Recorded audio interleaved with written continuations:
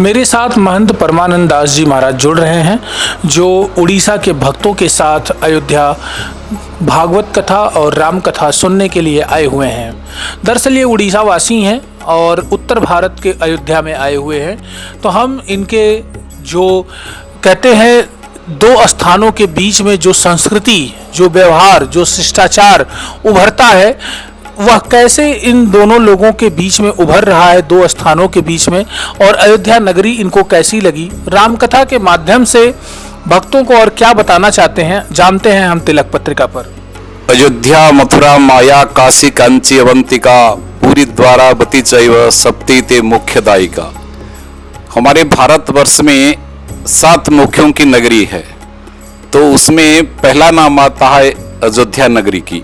श्रीमद् भागवत प्रचारणी समिति एक बनी है, जिसमें श्री महंत मदन गोपाल दास जी और श्री महंत सत्यहरि दास जी महाराज और महंत श्री कृष्ण चैतन्य दास जी महाराज और महंत श्री राधा मोहन दास जी महाराज को लेकर के एक समिति बनी है।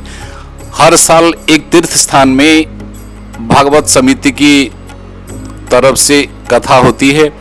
पिछले साल हम लोग भारत से दूसरे देश में गए थे, नेपाल में जनकपुर में कथा हुई थी, और वहीं पर ही हम लोगों ने निर्णय लिया था कि जिस जन्मभूमि के लिए 500 साल से लोग लड़ते आ रहे हैं, हमारे भारतवासी लड़ते आ रहे हैं, और राम जी अगले साल अपने स्थान पर विराजमान हो जाएंगे, उस खुशी में हम लोग वहीं जाकर के भागवत की कथा और रामायण की कथा करवाएंगे।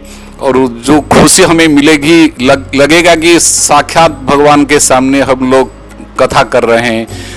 और आज हम लोगों को जो खुशी मिल रही है, मैं तो 40 साल से यहाँ आता रहा हूँ और आज भी आ रहा हूँ, लेकिन उसमें जो निराशापन था, जो विराग था, वैराग्यपन था, वो आज नहीं है। आज लगता है कि साक्षात जो वैकुंठ था, मैं ही यहाँ अयोध्या में उतर आया है इस खुशी से।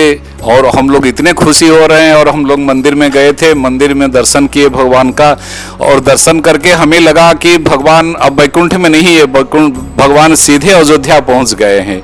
इसलिए बस हम लोग यही चाहते हैं कि हमें राम जी की कृपा हो और हर साल हम लोग आते रहें और भगवान की यहाँ कथा करते रहें। 40 साल से आप अयोध्या आते हैं, एक लंबा आपका संबंध रहा है। तो 40 साल पहले अयोध्या कैसी थी और आज 2024 में अयोध्या कैसी है, इस पर जरा कुछ बताइए आप। 40 साल पहले सन 84 से मैं अयोध्या आता रहता हूँ। 40 साल में अब तो इस 2026 में मुझे जमीन और आसमान का फर्क दिखता है। हम लोग शाम को जब राम बलवा कुंज से जाते थे कनक भवन दर्शन करने, इतना सन्नाटा लगता था कि जैसे लगता कि विरासापन लगता था, लगता था कि इस अयोध्या में कुछ है ही नहीं। जैसे वनवास में भगवान 14 साल के लिए वनवास चले जाते हैं, अयोध्या सन्नाटा हो जाता है, सुना सुना हो जाता है, उस तरह का हम लोगों को फील होता था। जैसे हम अभी आए हैं और भगवान को जब मंदिर में देखे विराज हो गए हैं, अब लगता है कि साक्षात भू वैकुंठ है यहाँ। अब वैकुंठ ऊपर नहीं है, ये अयोध्या अब वैकुंठ के समान हो गया है। ये महत्वपूर्ण बात परमानंद दास जी महाराज ने बताई है कि अयोध्या 2024 में भू वैकुंठ के समान हो गई है, यानी धरा का स्वर्ग बनकर के उभर गई है। मैं देवेश पांडे, अयोध्या।